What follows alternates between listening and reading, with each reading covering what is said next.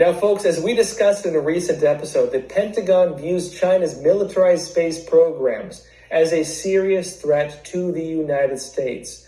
Among the programs it named were its anti-satellite missiles and space robots that could be used to destroy or disable U.S. satellites. Now, to get a better idea about the seriousness of space and the U.S. response to these threats through its Space Force, we've invited to speak with us today Brandon Weichert. He's a geopolitical analyst and author of Winning Space, How America Remains a Superpower. Let's jump into that now. Hey, Brandon, it's a real pleasure having you on Crossroads. Thanks for having me. And finally, someone who gets the importance of space. Yeah. So briefly, just for our viewers, I mean, a lot of people, when they hear space, they think sci-fi. I would say even in our government, even a lot of the military guys, it's a sci-fi concept. The idea of, controlling the Earth-Moon system or space mining and Space Force, they think it's like, stupid sci-fi novel. Right. Trump's making Space Force because he's been watching too much, aliens. In your assessment, what is the importance of space? Well, I think space is the most important strategic domain. I think that if you control space, you control the high ground. And as anybody who's ever watched any kind of war movie knows, if you control the high ground in combat, you have all the advantages. It's why we invested so heavily in air power in the last century. And I think it's why we're now investing, at least the president is trying to invest in the creation of Space Force to control that high ground. In fact, I think that even though it's the smallest branch, and it's probably the most controversial branch of the U.S. military now, I think the new Space Force is the most important branch. And I think that it's going to have a very important role to play over the next century. Now, just briefly for our viewers, just to emphasize how serious space is, the Chinese Communist Party, in their own military doctrine, when it comes to attacking the United States, they talk about space as being the ultimate high ground, and they talk about using space, attacks on space assets, for surprise attacks. If they destroy U.S. satellites, that's game over. Yes, the targeting systems of the military is gone. If they put a missile in space, not even launching it, just detonate in space, they call it a high Earth orbit nuclear detonation, EMP destroys the United States. Yes. If they get mining on the moon or mining on an asteroid for that matter, whoever controls that controls possibly the entire global economy. Yes. Now, Brandon, is this your assessment as well? Can you tell us about some of your research on this? Because I know you've been with the forefront of this in Washington, actually. Yeah. So basically, you're right. Everything you just assessed is correct. That's my assessment as well. And it even goes further than that.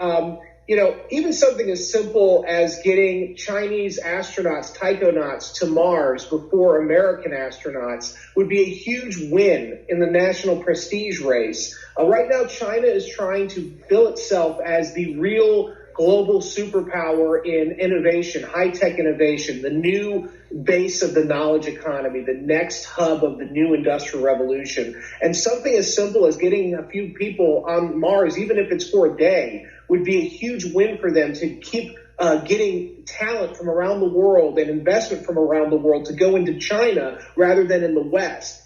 Something like space mining, which is at minimum, and it's considerably more, but at minimum is $1 trillion economy waiting to be had. If the Chinese can get there first, they could pay off their debt, which is actually a strategic weakness, not as much as ours, but it is a weakness. Imagine them being able to get rid of that problem.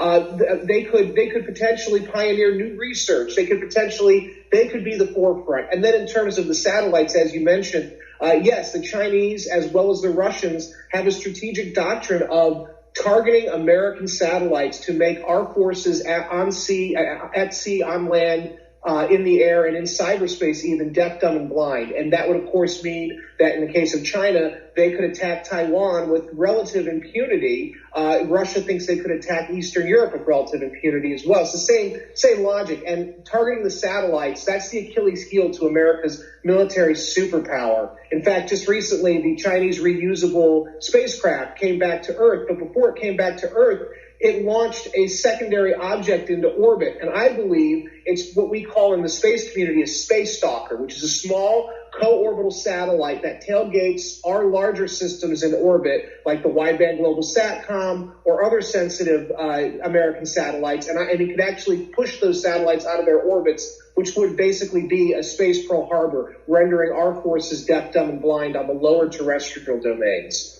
You know, that was something you mentioned in your book. You believe by 2022 we could see a space Pearl Harbor. So tell us about that. How would that play out? So basically, in the book, and I say this in the book, is, in the war game scenario in the book was with the Russians, but it could easily be the Chinese, because both those countries have developed similar capabilities in what's known as counter space technology. So the ability to deny the Americans access to space. And so basically, by the scenario 2022 was because by that point, we'd be yet again in a contentious election cycle, a midterm election cycle, and sort of the clock is running down on the ability for either Beijing or Moscow to really change the geopolitical maps of their respective areas before certain demographic changes occur, certain economic problems become truly a problem for these countries. And so they're sort of up against the wall, and they want to make a big, bold move now to totally rejigger the map in their favor. And space would be the first place that they do this. And that's the basis of the space Pearl Harbor. Very similar to the original Pearl Harbor attack by the Japanese. The Japanese wanted to create a co-prosperity sphere in what we now call the Indo-Pacific. And they knew they needed to knock the Americans out of the region in order to be able to do this. China wants to do something similar in the Indo-Pacific. Russia wants to do something similar in Eastern Europe. And so either one of those two countries could easily do a surprise attack, a blinding attack on our satellite constellations, and they probably do it during the middle of a contentious election cycle when America's divided. And I think it's going to be within the next decade. So I picked 2022, and I think that would be a truly devastating attack that would render us to return us to a pre-1970 style of warfare in America that we're frankly not prepared to fight. Now, folks, you might remember I could not do the live Q&A last Sunday. I mentioned